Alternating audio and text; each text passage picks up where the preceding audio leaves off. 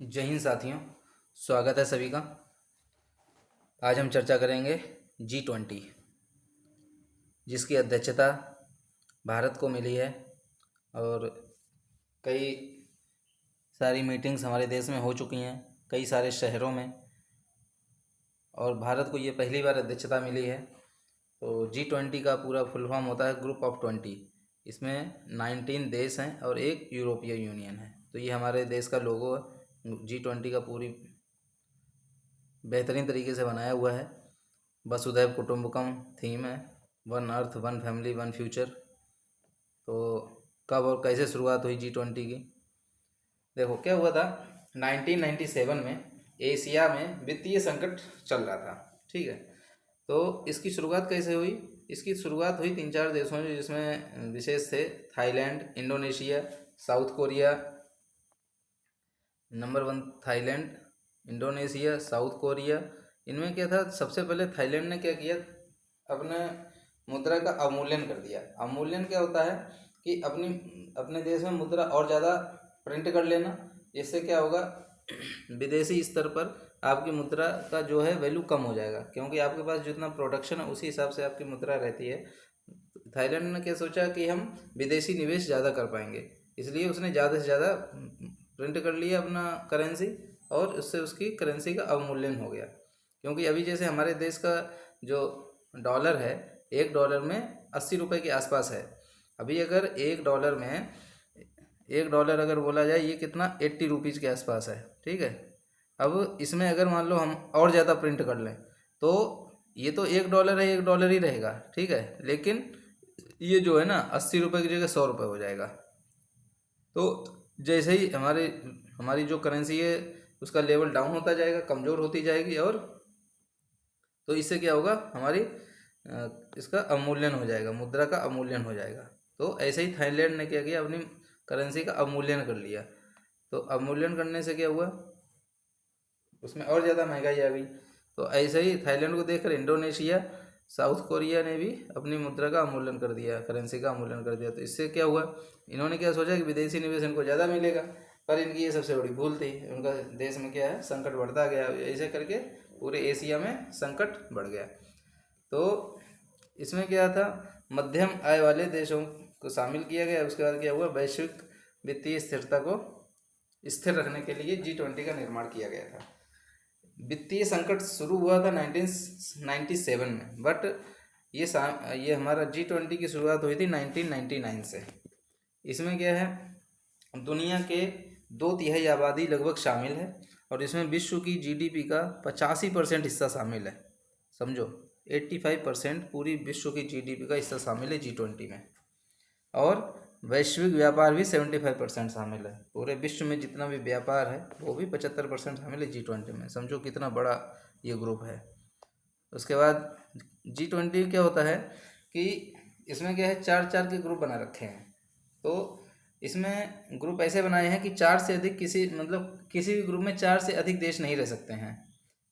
4 से कम रह सकते हैं, 3 रह सकते हैं, बट 4 से अधिक नहीं रह सकते। मैक्सिमम 4 का ही एक ग्रुप हो सकता है। सभी 19 देश और एक यूरोपियन यूनियन है, इनमें सभी में चार कंट्री ही एक ग्रुप में रखे जाएंगे। इस तरह से इनको बांटा गया है।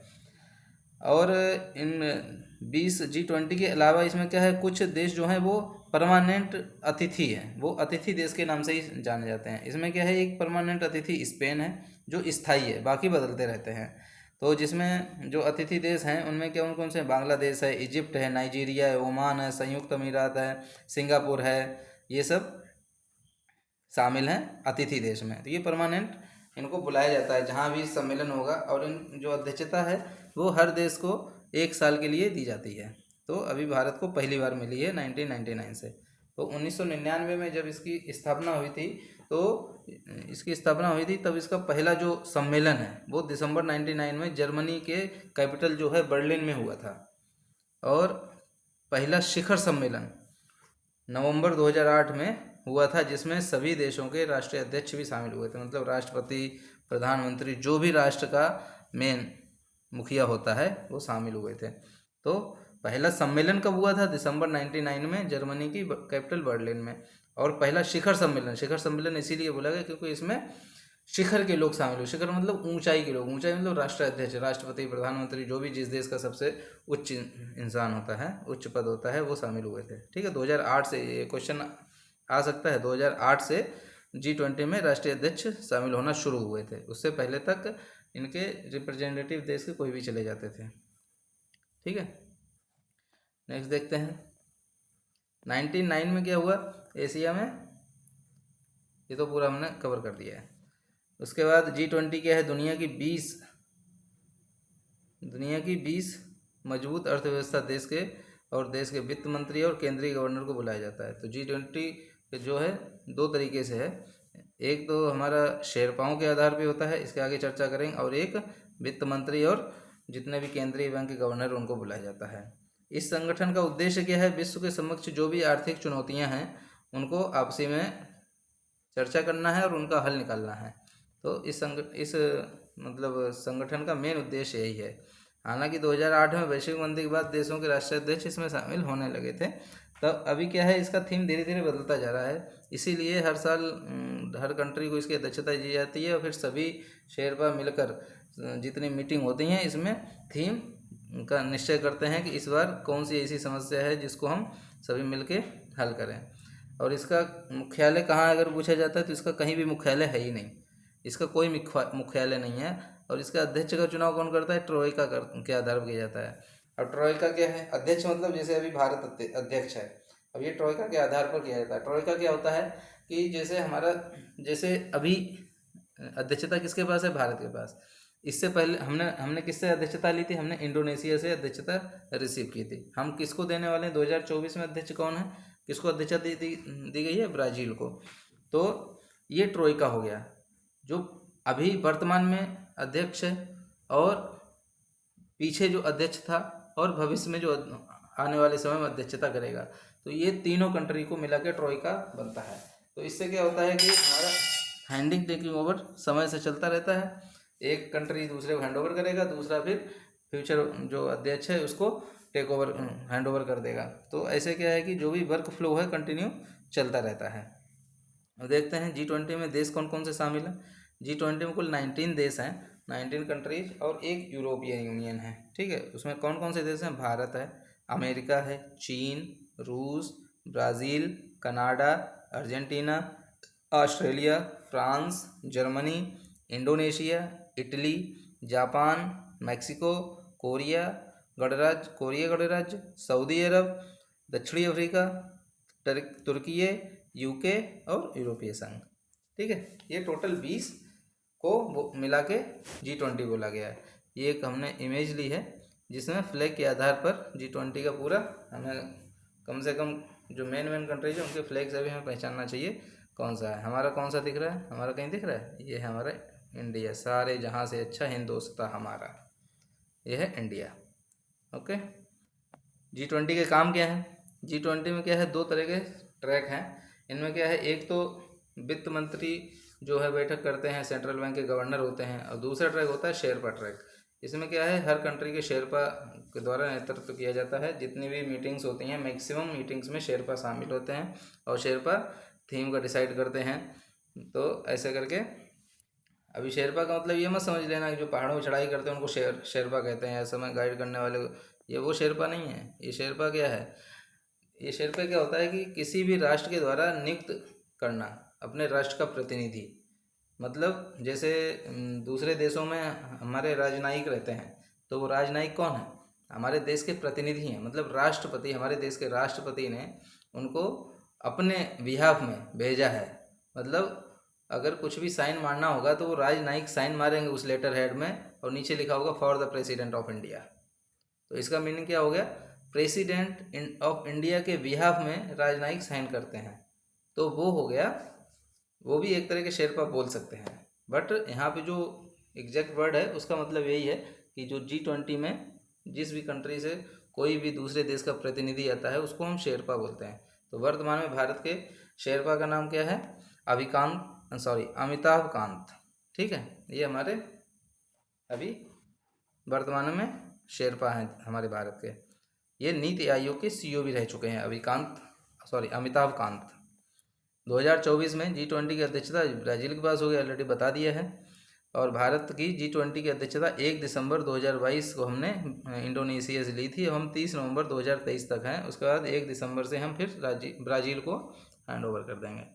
पहली बार ही भारत G20 का अध्यक्ष बना है, तो ये बहुत ही हमारे लिए गौरव की बात है कि G20 की हम अध्यक्षता कर रहे हैं। अब इसमें क्या है कि प्रेसिडेंसी हमको मिली है, तो ये एक सार्वभौमिक भावना को बढ़ाना देने के लिए भी हम प्रयास कर रहे हैं और प्रयासरत हैं। और हम अभी तक तो हम सफल हैं, कोई भी ऐसा काम नहीं हुआ जिसमें हमें असफलता मिली हो। तो इसमें थीम क्या बनाया गया है, एक पृथ्वी एक परिवार एक भविष्य, one earth one family one future. ये प्रधानमंत्री श्री नरेंद्र मोदी ने तय किया है। इसमें क्या है, 60 से ज़्यादा शहरों में 200 से ज़्यादा मीटिंग हो चुकी हैं। इसके बाद ये एजेंडा सभी शेरपाओं द्वारा तय किया गया। अभी शेरपाओं के बारे में डाउट मत पालना, शेरपा कौन है, पृथ्वी बोलो पहाड़ पे चढ़ने वाला जो शेरपा है, तो ऐसा नहीं है।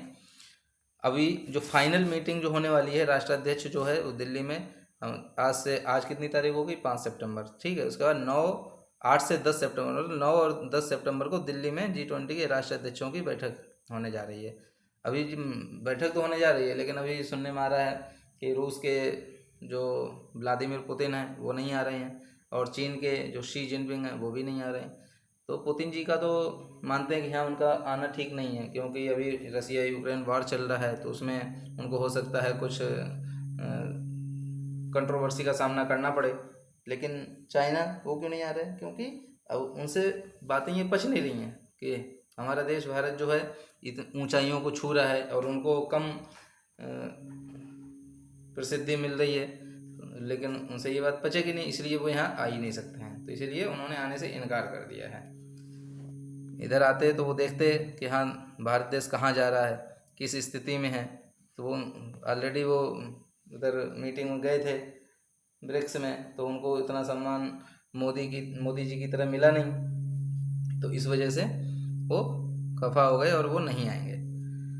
हमने 1 दिसंबर 2022 को इंडोनेशिया से पदभार संभाला था और G20 फोरम की अध्यक्षता संभाली थी। अभी क्या है, हमारा देश जो है दुनिया की सबसे तेज़ी बढ़ती अर्थव्यवस्था के रूप में है। पिछले 17 राष्ट्रपतियों की महत्वपूर्ण उपलब्धियों के आगे हमने ये महत्वपूर्ण भूमिका निभाई है। उसके बाद क्या है, G20 की अध्यक्षता में भारत ने क्या किया था, लाइफ आंदोलन पर ध्यान केंद्रित किया था। लाइफ आंदोलन क्या है, अभी देखो हम आगे बताते हैं क्या है। इसमें क्या है, पर्यावरण के प्रति जागरूक प्रथाओं, जीवन जीने के स्थायी तरीके को बढ़ावा देने की प्रक्रिया को लाइफ बोला गया है। लाइफ की परिभाषा एक तरह से ये मान लो, पर्यावरण के प्रति जागरूक प्रथाएं, उन पर ध्यान देना है, और जीवन जीने की स्थायी तरीके जो हैं उनको बढ़ावा देने के लिए उस पर ध्यान देना है। तो ये जो है योजना है वो हमेशा विकास की ओर हम दृष्टिकोण के साथ आगे बढ़ेंगे, ठीक है। और 2023 के शिखर सम्मेलन में पहली नियोजित 200 से अधिक कार्यक्रम भारत के एजेंडे और भारत की G20 की अध्यक्षता हमने मजबूत कर ली है। ये ऑलरेडी हमने बता दिया। विश्व की जो GDP है वो 85% G20 में है और वैश्विक व्यापार 75% है। अभी G20 के समूह है, इसमें देखो बहुत इसमें सारे दिए गए हैं। इसमें सेम वही है, ग्लोबल इकॉनमी, आर्थिक स्थिरता, जलवायु परिवर्तन के मुद्दे, सतत विकास, इन पे सब पे काम करना, ये G20 की मेन उद्देश्य है। ये इसी तरह से G20 काम करता है। अभी क्या है, भारत G20 की अध्यक्षता कर रहा है, तो इसमें क्या एक एजेंडा एक तो बता दिया, दूसरा वसुधैव कुटुंबकम, मतलब पूरी पृथ्वी ही हमारा परिवार है। वसुधैव कुटुंब, वसुधैव मतलब पृथ्वी ही, वसुधा मतलब पृथ्वी, ऐव मतलब ही, वसुधैव पृथ्वी ही, कुटुंब मतलब परिवार, पूरी धरती हमारा परिवार है, मतलब दुनिया एक परिवार है। इस विचार को हमने पूरी दुनिया में प्रसार किया है। ट्रोइका समझा दिया है, ट्रोइका के बारे में कोई डाउट मत पाल लेना। ट्रोइका क्या है, शेरपा क्या है, इसमें देखो कहाँ कहाँ बैठकें हुई हैं वो भी शॉर्ट में बता देता हूँ। हमारे देखो बेंगलोर, चंडीगढ़, चेन्नई, गुवाहाटी, इंदौर, जोधपुर, खजुराहो, कोलकाता, लखनऊ, मुंबई, पुणे, कच्छ, करड़, ऐसे सूरत, तिरुवनंतपुरम, उदयपुर, ऐसा करके बहुत सारी मीटिंग 60 शहरों में मीटिंग हुई हैं, 200 से ज़्यादा मीटिंग हुई हैं, तब जाके पर्यावरण की जीवन शैली लाइफ का ऑलरेडी हमने डेफिनेशन बता दिया है। उसके बाद 15 अगस्त 2022 को हमारी 75वीं स्वतंत्रता की 75वीं वर्षगांठ मनाई थी हमने। अब इसमें देखो, भारत में जो किसी भी देश में अगर G20 कोई भी देश जब अध्यक्षता करता है तो वो अपने हिसाब से एजेंडा तय करने की कोशिश करता है, और वो तय करता भी है, क्योंकि अध्यक्षता मिलने से यही एक फ़ायदा होता है कि आप किस हिसाब से कौन से एजेंडे आप तय करना चाहते हैं, सभी शेरपाओं को आप समझा सको, उनको आप राजी कर सको, तो एजेंडे समझ। तो भारत में जो एजेंडे, उनमें क्या क्या एजेंडे थे? एक था महिला सशक्तिकरण, ठीक है। दूसरा था digital public infrastructure, circular economy, global food security, fight against economic crime, health, agriculture, culture, tourism, climate financing. ये मेन मुद्दे थे, ठीक है। तो इसमें हम देखते हैं सबसे पहले क्या था, कुछ हमने ऊपर नीचे किया है तो उस पर ध्यान मत देना। हरित विकास, जलवायु, वित्त और जीवन। तो भारत का ध्यान जलवायु परिवर्तन पर है, क्योंकि जलवायु परिवर्तन बहुत हो रहा है। अभी देखो 2 दिन पहले स्पेन में कितनी खतरनाक बाढ़ आई, कारें बह गई, लोग बह गए, मवेशियाँ बह गईं। तो जलवायु परिवर्तन पर ध्यान दिया है, सबका ध्यान खींचने की भी कोशिश की है। साथ ही विकासशील देशों में उचित ऊर्जा परिवर्तन सुनिश्चित किया है, लाइफ आंदोलन का परिचय दिया है, पर्यावरण के प्रति जागरूक प्रथाओं को बढ़ावा दिया है। ये भारत की स्थायी परंपराओं पर आधारित है, ठीक है। पहला तो ये त्वरित समावेशी लचीला विकास, इसका ऑलरेडी हम चर्चा कर चुके हैं। SDG सस्टेनेबल डेवलपमेंट गोल्स, सतत विकास पर 2030 के एजेंडे में निर्धारित लक्ष्यों को प्राप्त करने की प्रतिबद्धता। इनमें विशेष रूप से कोविड-19 जो कोरोना महामारी आई थी, उसमें क्या है, उनके जो प्रभाव थे उनको भी संबोधित किया, और बहुत सारी चीज़ें कोविड-19 के हिसाब से हमने सबको समझाने की कोशिश की और ध्यान केंद्रित किया। तकनीकी परिवर्तन और डिजिटल सार्वजनिक संरचना, इस पर क्या है, प्रौद्योगिकी के प्रति मानव केंद्रित दृष्टिकोण को बढ़ावा देना। डिजिटल सार्वजनिक बुनियादी ढांचे, इन पे हमने ध्यान केंद्रित करने की कोशिश की है। 21वीं सदी के लिए बहुपक्षीय संस्थाएं, ये तो पढ़ ही लेना, इसमें कुछ इतना। महिला नेतृत्व वाला विकास, देखो क्या है, सामाजिक आर्थिक विकास और SDG जो सतत विकास है, इनके लिए हमारी महिलाओं की भागीदारी बहुत कम है।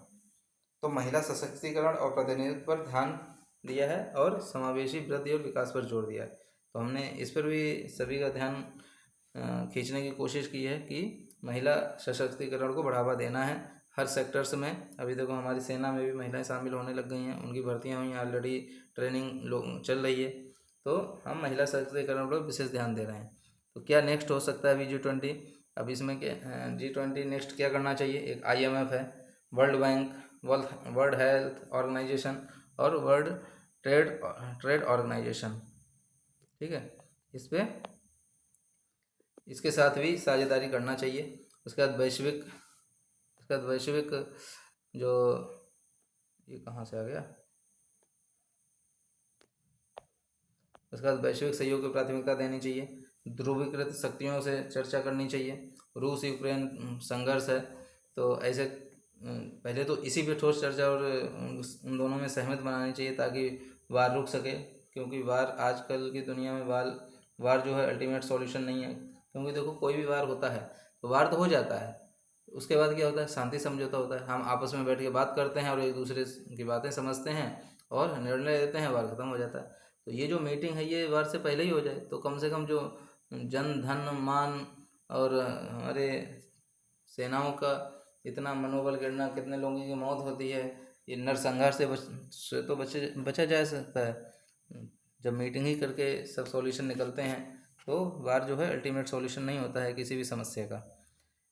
हमारे जो मोदी जी हैं, प्रधानमंत्री जी हैं, उनकी जो एक छवि है पूरे वर्ल्ड लेवल में बनी हुई है इस समय, वो एक बहुत ही सुलझे हुए नेता के रूप में बनी हुई है। ये यहाँ पे गलत लिख दिया है, ठीक है, इस पर थोड़ा चेंज कर लेना। ये सुलझे हुए ना, मतलब बहुत ही, मोदी जी जहाँ जाते हैं वहाँ पे मतलब इतना रिस्पेक्ट है।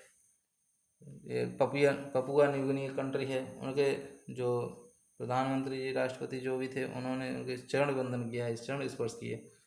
और शिखर सम्मेलन के अंत में एक संयुक्त घोषणा जारी करने में सफल होना चाहिए। तो ये कई सारे काम हैं, इन पे नेक्स्ट ध्यान दिया जाएगा। तो मैं आशा करता हूँ मैंने G20 के बारे में मैक्सिमम जानकारी समझा दी है।